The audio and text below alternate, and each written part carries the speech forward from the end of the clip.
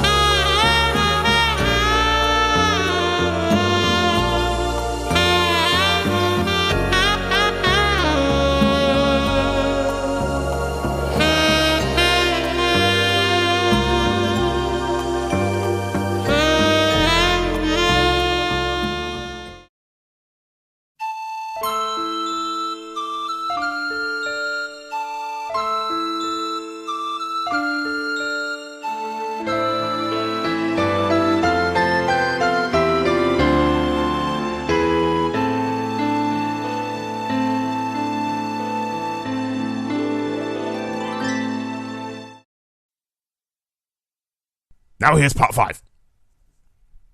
Hey up folks, Darkstorm 2 Bad here with the final video of the 50 Shades of Sherry showcase.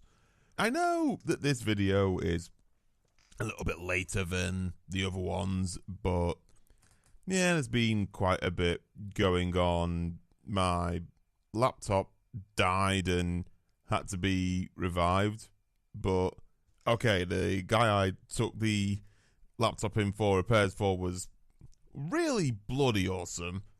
Nice and friendly. Got the whole thing sorted out for like 40 quid.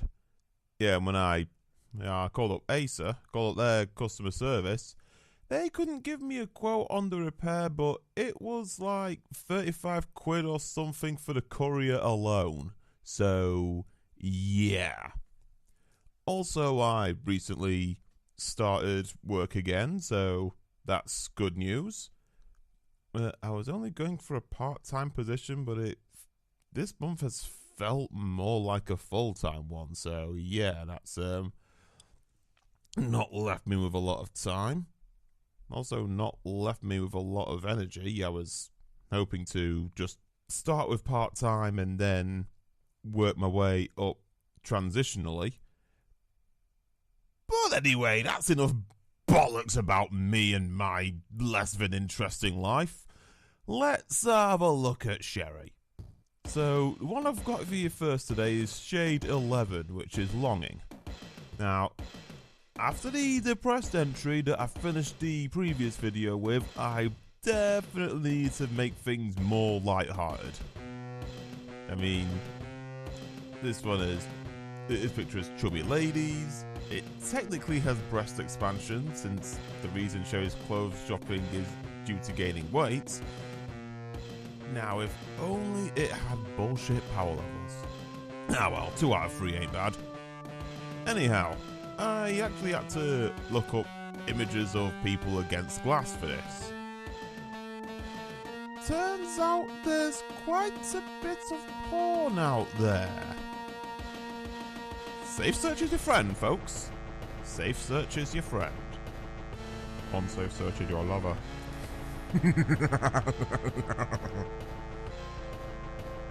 Next we have Confused rolling in as Shade 6. Now, this one is just lovely. Like, we've got sweet little Mariko trying her best to help Sherry understand phasmatology, but absolutely none of it is sinking in. Try as she might, Sherry just doesn't share Mariko's intellect. Something Sherry does understand though, and she hopes Mariko understands as well, is that no matter what happens, she'll never be too big or too heavy to sit on her mother's lap and have a nice comforting hug. Even if it results in Mariko confusing the crap out of Sherry. It's not like Sherry's a total ditz. I mean, she is an absolute genius when it comes to sex education, and of course botany, but not phasmatology apparently. Now for Shade 9 we have Frightened. Okay, for this one I actually had to cheat a little. I got a lot of work done the day before so that I could get this submitted in time, because I had a rather busy day that day, and yet another busy day after that one. Anyway, when it comes to pranks, Mariko's classmate Angela can be quite mean at times. These Jiangxi outfits are just amazing. Look at Mariko doing a little hop. That's so cute! You can probably tell that this was heavily inspired by Overwatch's Halloween Tower event for 2017. And guess which gorgeous chubby climatologist inspired this one? Okay, focus. In the center, we have DJ's eldest daughter, Lima, dressed kind of like the sorceress from Dragon's Crown. She's usually rather sweet, but I think she likes to play an evil summoner role a little too readily. Now, here's a fun fact. The Mandarin on the ward scrolls are actually the names of Angela and Mariko, written in Mandarin. At least they had better be, or I will be totally pissed at Google Translate. Moving along to Shade 15, Guilds. I don't know, folks. I kind of feel as though this picture's far too crowded. It's kind of the point. I mean, Sherry's on a crowded tram on her way to work. Yeah, the bloody awful call centre job that is seen in the overwork entry. I think this trip caused quite a bit of stress that is added on, and then yeah, finally there was the straw that broke the camel's back, and she very quickly quits that job. Yeah, the reason Sherry feels guilty in this picture is because with how crowded the tram is, she can't help but interfere with the other passengers. It's like, yeah, the poor woman feels like one of those passengers who gets on a bus, train, or tram with a massive backpack on. Apart from she doesn't have the option of taking it off. With how outrageous Sherry's figure is, she keeps her front to the wall and her arse sticks out. She keeps her back to the wall and her boobs stick out. And the rest of her body kind of sticks out as well, because she's having to push her arse up against the wall and there's a lot of arse there. 76 inches of arse! And damn it, the orange silhouette is making Sherry kind of look like Goku. Ish.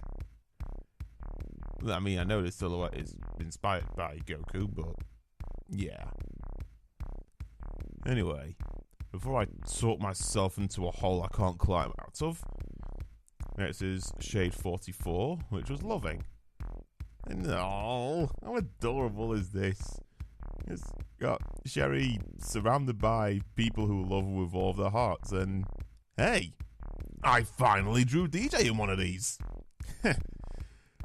Oh, can I even describe this bloke as the main character anymore? It's probably just a secondary character or a deuteragonist or something at this point. Anyway, I really love how close everybody is in this image. We've got Mariko in Sherry's lap, squished right up under her chin, with DJ and Amy snuggled up either side of her and kissing her. And yeah, Sherry has a hand each on DJ and Amy's butts. It just has to be said. And yes, something else to point out is like Amy's right boob being like completely squished up against poor little Mariko. Like, one of them damn things is bigger than her. They're soft and squishy there, so she's not in any danger. Sweet little Mariko is used to the astonishing figure of her Auntie Amy by now. Next we had Shade 48, Giddy. This is a rather involved image, like Loving before it. It's got 4 characters: Tico, Sherry, Mariko, and Tico's daughter Eilina. As you can see, Sherry is positively pleased as punch that Mariko has accepted into Quotient Tech, but it is true that she is still a young girl and she likes to play around and have little childish natters with Alina. And just look at him. Mariko is obviously talking to Alina about how big Sherry's arse is. Speaking of things being big, this just has to be said. Damn, Tico evidently lifts.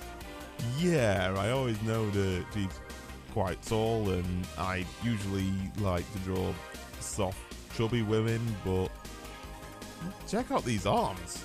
Tico is jacked. Next was Shade 21, Content. First thing I have to say about this picture is when I posted it on Facebook, they flagged it as spam and removed it, so fuck you, Facebook, you can suck my dick! Anyway, with that out of my system, here's the aftermath of Sherry having eaten a red velvet cupcake the size of her head and an ice cream tower the size of her torso. She's not completely full, but she is, as the title implies, content. She's evidently eaten enough for her dress to be tight against her belly, hence her pulling it upward to let her gut breathe and inadvertently show her poker-themed underwear. Maybe Sherry's resting and letting her belly digest before hosting a strip poker match? Now I wonder which gold-eyed, indescribably busty brunette she's thinking of inviting. I wonder indeed. Next up, Shade 36, Ecstasy. Now, much like the Frightened entry, this is one that I use two drawings for. Right, I drew Mariko with Sherry's violin first, and then drew a recently showered Sherry just outside the room, feeling really joyous over the fact that her daughter shares her hobby. Wait, she has hobbies? I thought you just drew these women for the sake of enormous breasts and backsides. Aye, well you're wrong, Charlie. You can just go over to your wrong corner, sit there in your wrongness and be wrong. You're wrong, knobhead. Anyway, this explores little bits of Mariko's character as well as Sherry's. Like, showing how Mariko likes teddy bears, skipping rope, and Tenacious D. I wonder how tribute would actually sound on a violin. No, I don't have a sound file for that. That would A, involve me owning a violin, and B, involve me being able to play one. Next is Shade 37, Pain. Presenting the penultimate picture of this project! Yeah, Sherry's been frequenting a local burger stand for a while now. A long while. It's not exactly the healthiest thing for her. Now, don't get me wrong, I don't believe in healthy or unhealthy foods. Only unhealthy or healthy amounts of each food. Like, with your nutritional information and balancing and shite. Don't let anybody tell you that there's like good food and sinful food and all of this bollocks, because eating a salad won't send you to heaven and eating a cheesecake won't send you to hell. Everything in moderation, folks. Before I go off on a tangent, this establishment's health codes aren't exactly up to scratch, but sometimes we all need a fat, greasy burger, right? Well, getting one from that burger stand wasn't a good idea for Sherry, as it gave her a wicked bad tummy ache a week ago. And it's doing the same thing now. Also, Sherry's gone and split her jeans. That's nothing to do with the burger stand. Or is it? Sherry, you should just stick to the jeans that Amy can make for you. They're much less likely to split. Mainly because Amy knows how to take Sherry's enormous arse into account. She has spent enough time, experiencing it. Right, the final one for this entire project, Shade 23, Horny. Oh boy. somehow I knew this one would be the final one of the project. Well, after the negative, depressing ones got out of the way, because I was thinking, oh, with my luck, I'm going to end on a really nasty one.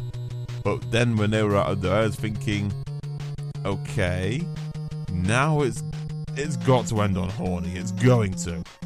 Like Frightened and Overjoyed before it, this is another image that I used 2 pictures for. Here's the pic of Sherry and the pic of Amy on her phone. There is no way I could have crammed all that detail into such a small space. So I drew Amy on A4 first and shrunk and rotated the image to fit Sherry's phone screen. So yeah, here we have Sherry in that corset again, sat on her bed and waiting for both Amy and DJ. Come on, you can't expect that Amy held her boob up and took the photo all on her own. Her boobs are bigger than you. But here, Sherry's keeping her motor running and revved high by constantly looking through photos Amy sent her. And for this one, I applied a subtle red filter over the overall image, just to emphasize the fact that things are certainly heating up. And something to notice about this particular picture is that somebody on DeviantArt has added it to a folder of things they intend to review in one of their YouTube videos. I've taken a look at some of this guy's videos, and it's like he gives fair reviews. He says like what he likes about videos, what could be improved, and if I remember correctly, he gives some tips for improvement as well. So I am looking forward to seeing what this review is going to be like. This should be fun. But anyways, I would just like to thank all of you for keeping up with the project and checking out everything that I've had to offer over the 50 days that I was doing this. That's right. All of you who have been watching and favoriting and giving me comments and that, you 4 people are awesome. I, as always, have been Darkson2Bad, and until next time, bro hoof for the bronies, bro fist for the non-bronies, and don't drink anything I wouldn't drink.